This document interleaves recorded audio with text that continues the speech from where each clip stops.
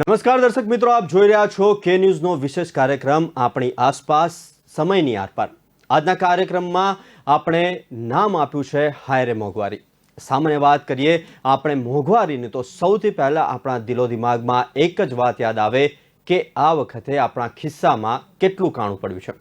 આજે આપણે મોંઘવારી વધવાનું મુખ્ય કારણ છે પેટ્રોલ અને ડીઝલનો ભાવ વધારો. અને જ્યારે આ જ વસ્તુ મોંઘા થાય છે ત્યારે તમામ ભાવ વધારાની અસર સીધી જ આપણા રોજિંદા જીવનમાં વપરાતી તમામ ચીજ વસ્તુઓ પર પડતી હોય છે. આમ તો વિષયની વાત કરીએ તો આપણી પાસે સમય ખૂટી જાય તો પણ આપણે આજે આ મુદ્દા પર કે પેટ્રોલ અને ડીઝલમાં જે ભાવ વધારો થઈ રહ્યો છે એ કેટલો થઈ રહ્યો છે, કેમ થઈ રહ્યો છે અને તેની પાછળના કયા કયા કારણો અને પરિબળો કામ કરી રહ્યા છે, આજે આપણે એના પર વાત કરીએ. ભાવ વધારો આ શબ્દ કાન પડતા જ લોકોની નજર તેમના ખિસ્સા અને સેવિંગ પર જાય છે. હવે કેવી રીતે કરીશું ગુજરાન? જે નોકરિયાત વર્ગ છે એમને સૌથી પહેલાં એક જ વિચાર આવે છે કે આપણા સાધનમાં પેટ્રોલ કેવી રીતે પૂરીશું, કેમ કે એક સામાન્ય વર્ગની રોજની 100 થી 200 રૂપિયાનું પેટ્રોલ તો પુરાવવું જ પડે છે. ત્યારે આપણે વાત કરીએ કે પેટ્રોલ અને ડીઝલના ભાવોની તો છેલ્લા 5 દિવસમાં પેટ્રોલ અને ડીઝલના ભાવમાં ચોથી વખત વધારો કરવામાં આવ્યો. શનિવારે પણ ઓઇલ કંપનીઓએ પેટ્રોલ અને ડીઝલના ભાવમાં 80 પૈસાનો વધારો કર્યો. હવે દિલ્હીમાં પેટ્રોલ 98 રૂપિયા પ્રતિ લીટર અને ડીઝલ 89 રૂપિયા પ્રતિ લીટર મળી રહ્યું છે. અગાઉ 22, 23 અને 25 માર્ચે પણ 80 પૈસાનો વધારો થયો. 5 રાજ્યોમાં ચૂંટણી પૂરી થતાની સાથે જ ઓઇલના ભાવમાં વધારો થવાની પ્રક્રિયા શરૂ થઈ ગઈ. ઓઇલના ભાવ 137 દિવસ સુધી સ્થિર રહ્યા. માર્ચ મહિનામાં છેલ્લા 5 દિવસ મોંઘવારી વધારનારા રહ્યા. 22 માર્ચથી અત્યાર સુધી એલપીજી અને સીએનજી અને પીએનજીના ભાવમાં વધારો કરવામાં આવ્યો, જ્યારે પેટ્રોલ અને ડીઝલના ભાવ પણ સતત વધી રહ્યા છે. 22 માર્ચે પેટ્રોલ અને ડીઝલના ભાવમાં પણ 80 પૈસાનો વધારો કરવામાં આવ્યો. રાંધણ ગેસના ભાવમાં પણ ₹50નો વધારો કરવામાં આવ્યો. 23 માર્ચે બીજી વખત પેટ્રોલ અને ડીઝલમાં 80 પૈસા મોંઘું થયું. 24 માર્ચે પેટ્રોલ અને ડીઝલના ભાવમાં રાહત મળી, પરંતુ સીએનજી પીએનજીના ભાવ ₹1 સુધી મોંઘા થયા. 25 માર્ચે ફરી એકવાર પેટ્રોલ અને ડીઝલના ભાવમાં 80 પૈસાનો વધારો કરવામાં આવ્યો. 26 માર્ચે ચોથી વખત પેટ્રોલ અને ડીઝલના ભાવમાં 80 પૈસાનો વધારો કરાયો. હાલમાં મૂડીઝ રેટિંગ એજન્સીએ એક અહેવાલ બહાર પાડ્યો, જેમાં જણાવવામાં આવ્યું કે ભારતના ટોચના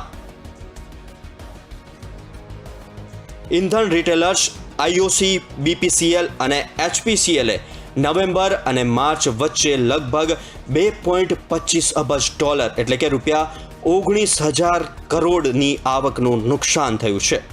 રેટિંગ એજન્સીએ વધુમાં કહ્યું, અમે અપેક્ષા રાખીએ છીએ કે સરકાર નુકસાનથી બચવા માટે રિફાઇનરને કિંમતો વધારાની મંજૂરી આપશે.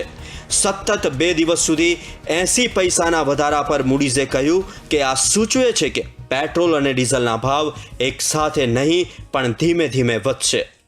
હવે વાત કરીએ પેટ્રોલ ડીઝલના ભાવની, તો આ ભાવ કેવી રીતે નક્કી થાય છે, કોણ નક્કી કરે છે અને તેની પર કેટલા પ્રકારના ટેક્સ લાગે છે, અને કેવી રીતે પેટ્રોલ ડીઝલનો ભાવ નક્કી થાય છે, અને પેટ્રોલ ડીઝલથી સરકારી તિજોરીમાં તેની શું અસર પડે છે, કેટલી ડ્યુટી લાગે છે અને સરકાર માત્ર પેટ્રોલ અને ડીઝલમાંથી કેટલી વસૂલાત કરે છે. જો વાત કરવામાં આવે કે પેટ્રોલ અને ડીઝલના ભાવ કોણ નક્કી કરે છે, તો જૂન 2010 સુધી સરકાર પેટ્રોલની કિંમત નક્કી કરતી હતી અને દર 15 દિવસે તેમાં ફેરફાર થતો હતો. ત્યારબાદ 26 જૂન 2010 પછી સરકારે પેટ્રોલની કિંમત નક્કી કરવાનો નિર્ણય ઓઇલ કંપનીઓ પર છોડી દીધો. અને ત્યારબાદ ડીઝલની વાત કરીએ તો ઓક્ટોબર 2014 સુધી ડીઝલની કિંમત પણ સરકાર દ્વારા નક્કી કરવામાં આવી. ત્યારબાદ 19 ઓક્ટોબર 2014થી સરકારે આ કામ ઓઇલ કંપનીઓને સોંપી દીધું. હાલમાં ઓઇલ કંપનીઓ આંતરરાષ્ટ્રીય બજારમાં ક્રૂડ ઓઇલના ભાવ, વિનિમય દર, ટેક્સ, પેટ્રોલ ડીઝલ અને પરિવહનના ખર્ચ અને અન્ય ઘણી બાબતોને ધ્યાનમાં રાખીને તેઓ દરરોજ પેટ્રોલ અને ડીઝલના ભાવ નક્કી કરે છે. એટલે કે હવે જ્યારે સરકાર ભાવ નક્કી કરતી હતી ત્યારે દર 15 થી 20 દિવસે ફેરફાર થતો હતો, અને જ્યારથી આ કામ ખાનગી કંપની અને આંતરરાષ્ટ્રીય બજાર ભાવને કારણે હવે દરરોજ અલગ અલગ ભાવ આવે છે. અને તેમાંથી સરકારને કેટલી આવક થાય છે એની વાત કરીએ તો છેલ્લા 9 મહિનામાં ટેક્સમાંથી 3.31 લાખ કરોડની વસૂલાત કરાઈ છે. કેન્દ્ર સરકારે એપ્રિલથી ડિસેમ્બર 2021 દરમિયાન પેટ્રોલ અને ડીઝલ સહિતની પેટ્રોલિયમ પેદાશો પરના ટેક્સમાંથી 3.31 લાખ કરોડ એકત્ર કર્યા છે.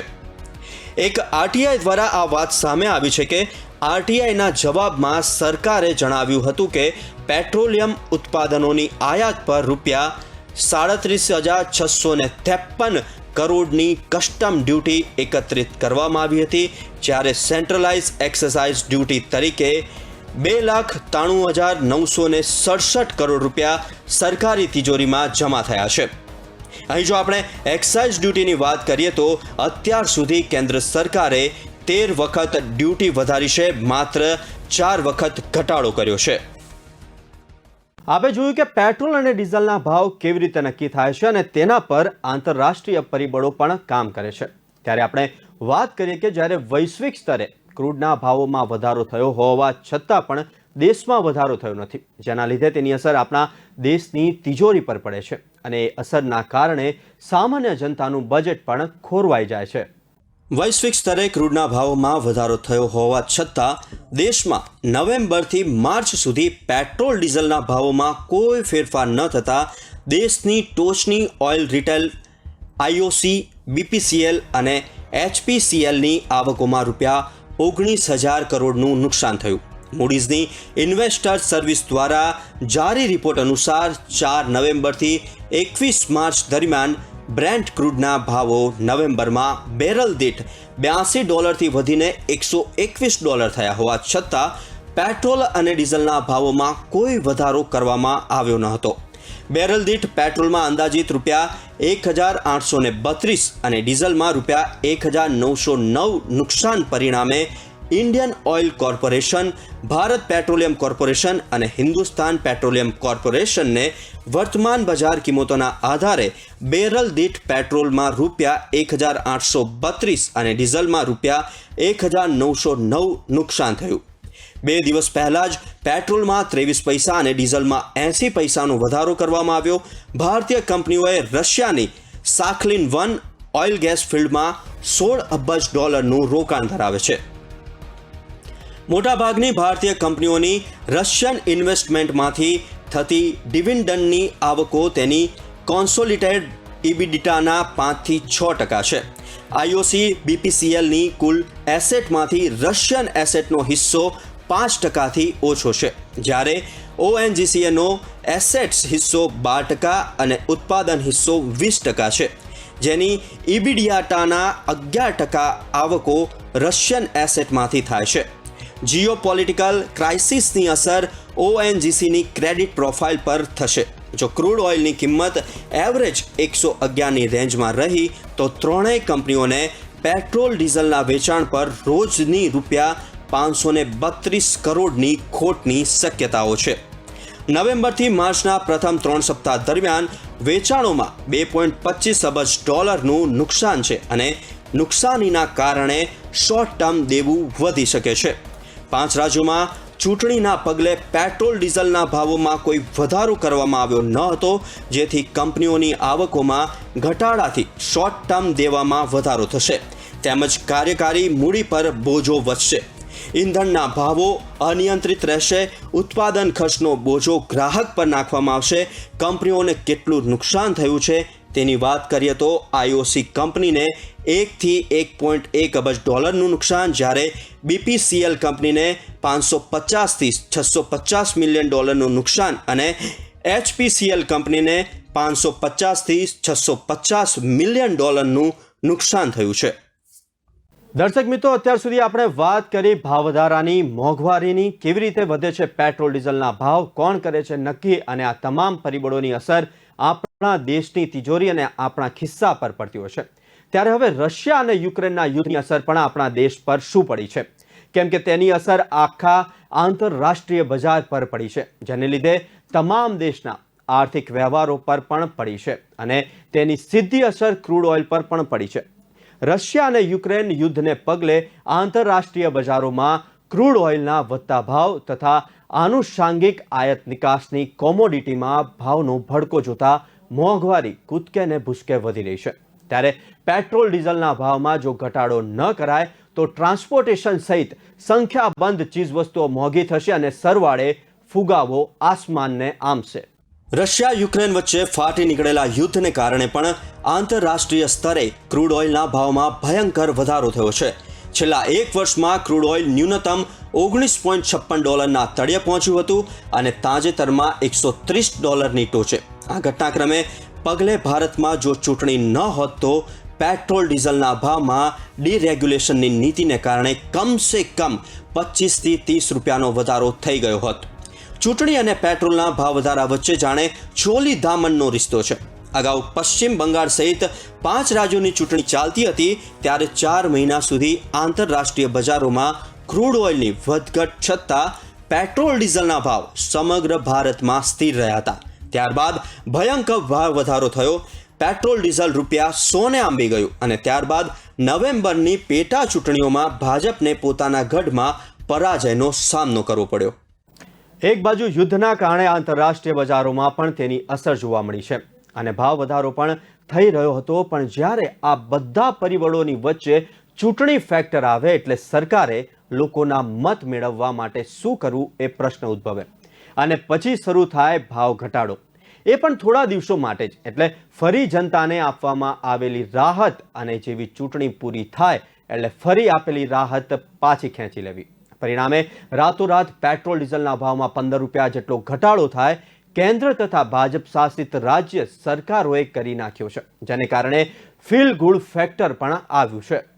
તાજેતરમાં ઉત્તર પ્રદેશ સહિત 5 રાજ્યોની ચૂંટણીને પગલે 140 દિવસ સુધી પેટ્રોલ ડીઝલના ભાવો સ્થિર રહ્યા હતા. પરંતુ હવે વિજેતા ભાજપ સરકારે પ્રજાજનોની પરિસ્થિતિને પામી જઈને જોર કા ઝટકા ધીરે સે લગીની વ્યૂહરચના અપનાવી. પરિણામે છેલ્લા 2 દિવસથી 80 પૈસા પ્રતિ લીટર ભાવ વધારો થઈ રહ્યો છે. પરંતુ લાંબા ગાળે પેટ્રોલ ડીઝલ અંગે કોઈ એક સ્પષ્ટ નીતિ અને વ્યવહારિક ઉકેલ અનિવાર્ય જણાય છે. કોઈ પણ અસર સરકાર ઈચ્છે તો પણ પેટ્રોલ ડીઝલના ભાવ ઉપર લાંબા સમય સુધી અંકુશ રાખી શકતી નથી. આંતરરાષ્ટ્રીય બજારોમાં ભાવની વધઘટ ભારત સરકારના કાબુ બહારની વાત છે. સાથોસાથ આંતરરાષ્ટ્રીય બજારમાં ક્રૂડ ઓઇલની કિંમત માંગ અને પુરવઠાના સિદ્ધાંતને આધારે નક્કી થાય છે. યુદ્ધની પરિસ્થિતિ આવે, પરિવહનના દર વધે કે ઘટે, ઇન્સ્યોરન્સ કંપનીઓ પ્રીમિયમ વધારે કે ઘટાડે, રિફાઇનરીઓના માર્જિનમાં વધઘટ થાય, ડીલરના કમિશનથી માંડીને ડોલરના દર સુધી અનેકવિધ પરિબળો પેટ્રોલ ડીઝલના ભાવ વધારાને અસર કરતા હોય છે. સંજોગોમાં ચૂંટણી આવે ત્યારે મતદારો નારાજ ન થાય એ માટે ભાવો સ્થિર રાખવા ભારત સરકારે જરૂર પડે એક્સાઇઝ અને કસ્ટમ ડ્યુટીમાં ફેરફાર કરીને અથવા તો સરકારી ઓઇલ કંપનીઓને વગ વાપરી ભાવ વધારો ન કરવા દબાણ કરવું પડે છે. અલબત્ત આ પ્રકારની જુગાડ પદ્ધતિ અર્થતંત્ર માટે લાંબા ગાળે હાનિકારક છે. તાજેતરમાં જ રાજ્યસભામાં કેન્દ્રીય પેટ્રોલિયમ મંત્રી હરદીપસિંહ પુરીએ સ્વીકાર્યું હતું કે ભારતને પોતાની પેટ્રોલિયમ પેદાશોની જરૂરિયાત માટે 85% સુધી વિદેશથી આયાતની જરૂર પડે છે. સમગ્ર એશિયામાં ભારત આ દ્રષ્ટિએ સૌથી વધુ મજબૂર દેશ છે. આ પરિસ્થિતિમાં સામાન્ય નાગરિકને હિત જાળવવા પેટ્રોલિયમ પેદાશોને જીએસટીના દાયરામાં શા માટે લાવવામાં આવી નથી એ મતલબના કોંગ્રેસી સંસદ સભ્યના પ્રશ્નના પ્રત્યુત્તરમાં મંત્રીશ્રીએ કહ્યું હતું કે ભારત સરકાર આ વિકલ્પ સ્વીકારવા ખુલ્લું મન ધરાવે છે, પરંતુ જીએસટીનો નિર્ણય રાજ્ય સરકારો પર અવલંબિત છે અને કેટલાક રાજ્યોની આવક પેટ્રોલિયમ પેદાશો તથા લિકરને કારણે મહત્તમ રહેતી હોવાથી આ રાજ્યો જીએસટી લાવવા સંમત થયા નથી. પરંતુ સરકાર આ મુદ્દે ગંભીરતાથી વિચારવા જઈ રહી છે. We've already done that. I gave you a briefing the other day on Backgrounder. Yes. I have told you I've spoken to all the oil ministers. We are speaking to them now. We are speaking all over the time. This is an international issue, the international price. Now, there are various ways of dealing with it. This is a forum where we discuss these issues. What was my last message you heard? My concluding message when I was asked, what is your message? I've given it to you in crystal clear terms that global economic recovery can be undermined if energy prices remain high. That is not only true of developing countries like India, but also the other industrial democracy, number one. Number two, It is in everyone's interest that we sustain global economic recovery. And therefore, it is the interest of both the producing countries and the importing countries to have stable and affordable energy. હકીકત એ છે કે મોદી સરકારે GST વિધેયક સંસદમાં રજૂ કર્યું ત્યારે ભવિષ્યમાં પેટ્રોલિયમ પેદાશો, લીકર તથા ઉર્જા ક્ષેત્રને પણ જીએસટીના દાયરામાં લાવવાની ખાતરી સંસદને આપી હતી. પરંતુ રાજ્યોના દબાણને કારણે તથા ખુદ નાણાં મંત્રાલયની અસંમતિ હોવાને કારણે આ પ્રસ્તાવ આગળ ધપ્યો નહીં. સૂત્રો કહે છે કે નાણામંત્રી તરીકે સ્વર્ગસ્થ અરુણ જેટલી પેટ્રોલિયમ પેદાશોને જીએસટીમાં સમાવવા આતુર હતા, પરંતુ હાલના નાણામંત્રી નિર્મલા સીતારામન આ પ્રસ્તાવથી સંમત નહોતા, કારણ કે પ્રવર્તમાન સંજોગોમાં પેટ્રોલ અને ડીઝલ જેવી પેદાશો પરથી મળતી કસ્ટમ અને એક્સાઇઝ ડ્યુટી કેન્દ્ર સરકાર માટે દૂજગી ગણાય છે અને આ આવક ગુમાવવા નાણાં મંત્રાલય તૈયાર નથી.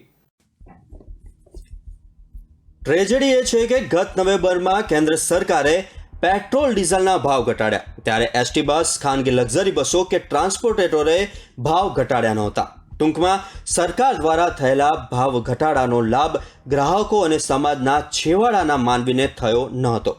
વાસ્તવિકતા એ છે કે પેટ્રોલ અને ડીઝલ ઉપરાંત એલપીજીના ભાવ વધારોનો સૌથી વધુ માર ગરીબ અને મધ્યમ વર્ગને પડે છે.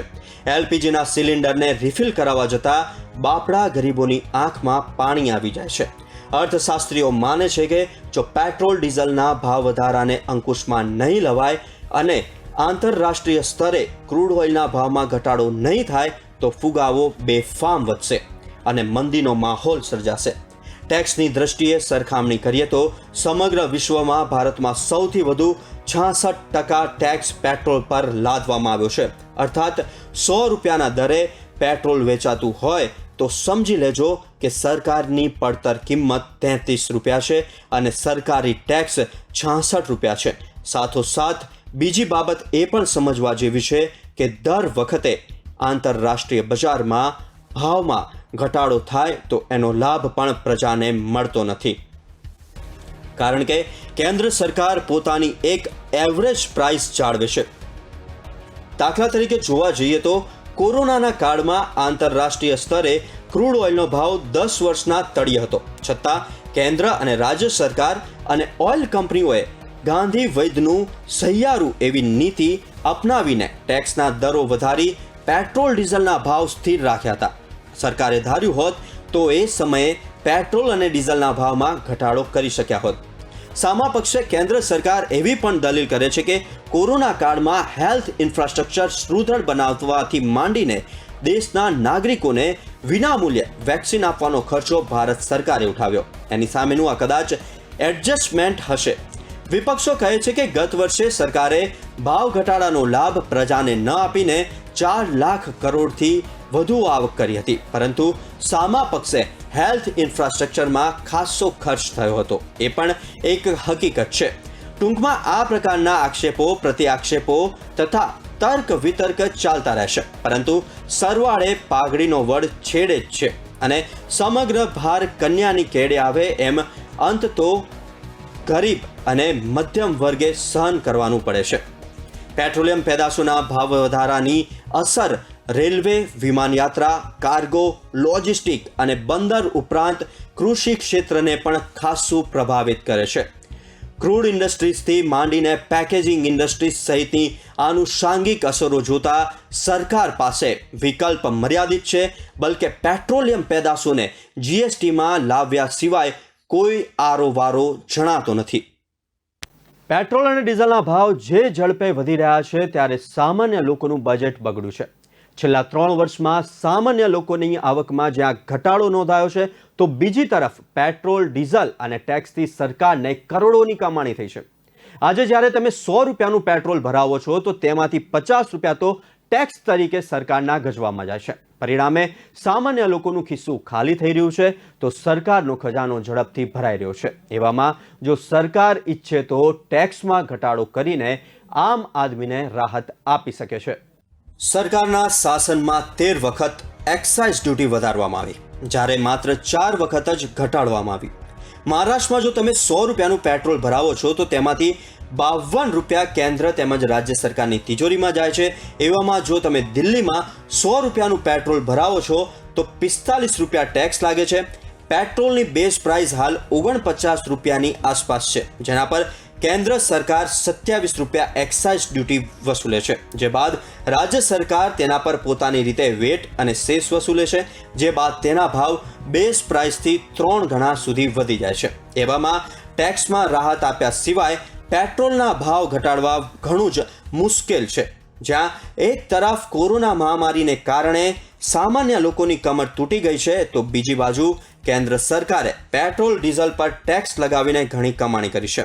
છેલ્લા 3 વર્ષમાં જ્યાં એક તરફ પ્રતિ વ્યક્તિની વાર્ષિક આવક 1.26 લાખથી ઘટીને ₹99,000 પહોંચી ગઈ છે, તો સરકારની એક્સાઇઝ ડ્યુટીથી કમાણી ₹2,10,282 કરોડથી વધીને ₹3,71,908 કરોડ પહોંચી છે. છેલ્લા 3 વર્ષમાં પેટ્રોલ ડીઝલ પર ટેક્સ લગાવીને સરકારે 8 લાખ કરોડથી વધુની કમાણી કરી છે. કેન્દ્ર સરકાર એક્સાઇઝ ડ્યુટીની મદદથી ટેક્સ વસૂલે છે. મે 2014માં જ્યારે મોદી સરકાર સત્તા પર આવી ત્યારે કેન્દ્ર સરકાર 1 લીટર પેટ્રોલ પર ₹10 અને ડીઝલ પર ₹4ની આસપાસ ટેક્સ વસૂલતી હતી. આ ટેક્સ એક્સાઇઝ ડ્યુટી તરીકે લેવામાં આવે છે. મોદી સરકારના શાસનમાં 13 વખત એક્સાઇઝ ડ્યુટી વધારવામાં આવી, જ્યારે માત્ર 4 વખત જ ઘટાડવામાં આવી. હાલ 1 લીટર પેટ્રોલ પર ₹27 અને ડીઝલ પર ₹21 એક્સાઇઝ ડ્યુટી લાગે છે. મોદી સરકાર આવ્યા બાદ કેન્દ્ર સરકાર પેટ્રોલ અને ડીઝલ પર 6 ગણો ટેક્સ વધારી ચૂક્યા છે.